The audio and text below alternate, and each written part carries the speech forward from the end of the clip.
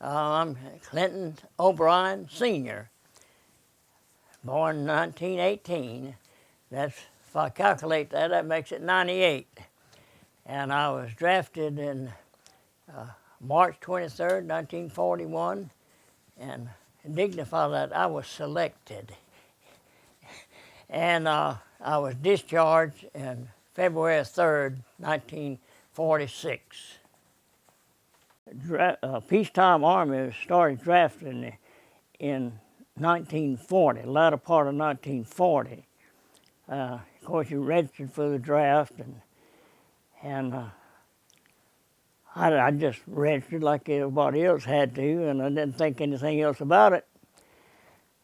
In 1941, then, in March of 1941, I got the letter saying, "Greetings, you have been selected." And I was living in Emanuel County at that time. Emanuel County is a large county, but the population is not great. But there were only 5 of us went up at that time. 2 of the 5 were turned down. So there was classifications, and all I remember was 1A and 4F. So you were either accepted or rejected. So I was drafted then March 23rd, 1941. When we left Atlanta, we went to Fort Belvoir, Virginia. Well, the post commander then, he was very kind to us. He welcomed us as selectees. So he dignified that draftee term as selectees. Well, we were come to know that people coming right out of civilian life in the military life were raw recruits. And brother, we were raw. We were given uniforms that were taken out of mothballs from World War I. Now they were dealers. I can imagine, as short as I am, they gave me a pair of cavalry breeches with leather-faced leggings on them and a coat. The sleeves was too long. I turned them up. Some of the boys had those old high-top coats. It looked like steel wool that they were, you got out of mothballs, you know. And of course, this is the beginning now. This is all peacetime, you know. We didn't have to worry about blackout or anything, you know. We started that training, and after we were there maybe a month or so or something, they give us a pass so we could go in town, you know. So we went into Alexandria. Why we went to town, Lord only knows. I don't know what we wanted, because we were making the money then. It was 70 cents a day. And so I've got that, you know, and back in those days, I don't know, different now. We're walking down the streets, you know, on the sidewalk, and where the stores had the displays in the window, you know, and look and see your reflection in the. And I looked over and I saw that reflection. I stopped and looked back again to make sure that's who I was in the reflection. And I turned right around then and went back and caught the bus back to camp. And our uniforms were so ridiculous. And on the way back, some lady on the bus says, "You know, it's ridiculous what they give you boys to wear." And I was at Fort Belvoir in camouflage engineers, non-combat. Well, we went on maneuvers in the Carolinas, attached, I don't remember what Army outfit we were attached to for rations during that time.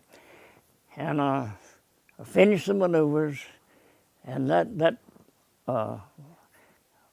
regiment, division we were attached to at the time for rations, went back to post, and a bunch of us were given a leave, especially those who were in the South, because they didn't have transportation to get us all back to the post. So I got a 20-day leave. I guess I was home around the 3rd or 4th of December of 41. And of course, Pearl Harbor, I got a letter, report back for duty. I got a telegram that says disregard the letter. So I got to extend my whole leave time at home before I went back to the post on Christmas. And of course, then we were preparing to be deployed when the time comes and needed us, and made preparations. So finally in the spring then of 42, we went to Hawaii. And we were there and we were assigned, and we did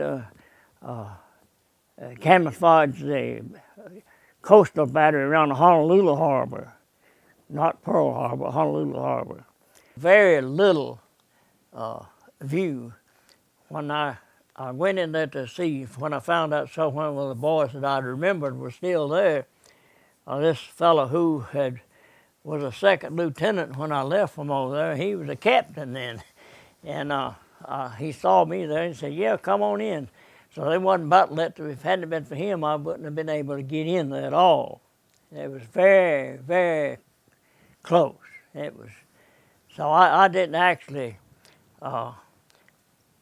observe the devastation from land. You know, walking up to land view, it's difficult to see unless you can get around long enough. That's the superstructure. Because it was, I mean, they had done nothing. I was just, I don't know. Of course, you know, they tell us now there's still hundreds of men that never did get out of that ship. And it was just there. And I can't explain it other than, you know, if you can visualize what the ship that size and just a superstructure exposed above the waterline, that's about it. Just the harbor, I mean, that's all they was after. And they got that in full blast. I went through another period of advanced training. And we left there, was deployed back to Hawaii. And went back to Hawaii, replaced somebody who was doing security duty around the islands. And we were doing further training when we got there. We did amphibious training on Maui Island, and not Oahu, but Maui. And we completed the amphibious training there, and was, then I was sent as an understudy, as an instructor in jungle warfare. I got orders I could go to R&I on the Big Island for 5 days. When I got there, things really began to move about in 43 and 44, and I really changed it.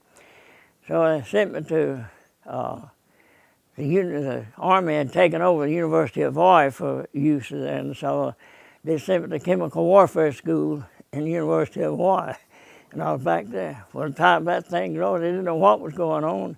And then I got orders to go to the 2nd Battalion, Company G of the 111th Infantry. We wound up in Palau Islands. We didn't know where we were going when we got on the ship. They told them we were going to. So we got to Palau Islands, and I was sent in a forward position where we called keeping in contact with the Japs.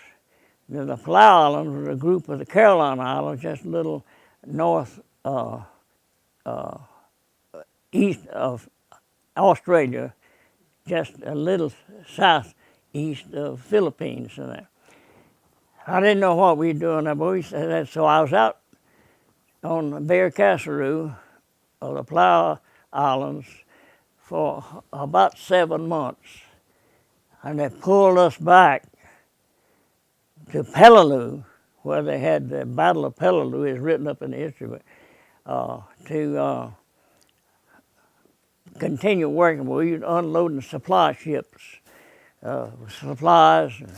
The detail that I drew at the time was unloading a shipload of 500-pound bombs. We're taking them inland off the coast. And I still didn't know what was going on. Like I say, whenever you're there, you follow orders, and do what they say and then ask questions later. So I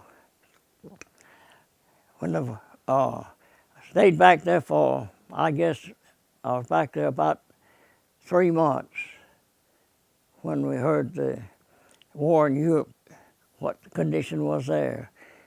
And then we heard they had exploded an atom bomb, and we said, they can't split an atom. And we speculated, thought that was a rumor, but come to find out it was not. And then I was there on the Peleliu then when the war was over. And of course it took us a little while to get home, but that, it was, when they pulled us back, we had a rotator that sent somebody else in the forward position and brought us back to Peleliu, and we were there when the war ended.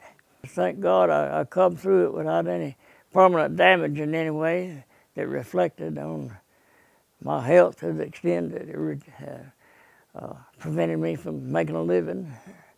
A friend of mine, we went to visit some boys that was in the hospital in Honolulu. And this particular, I didn't know the person personally, but he did. He was a professional baseball player, and he was laying there with one leg. So what's he gonna do, you know? I saw an awful lot of that, but I was just fortunate enough that I didn't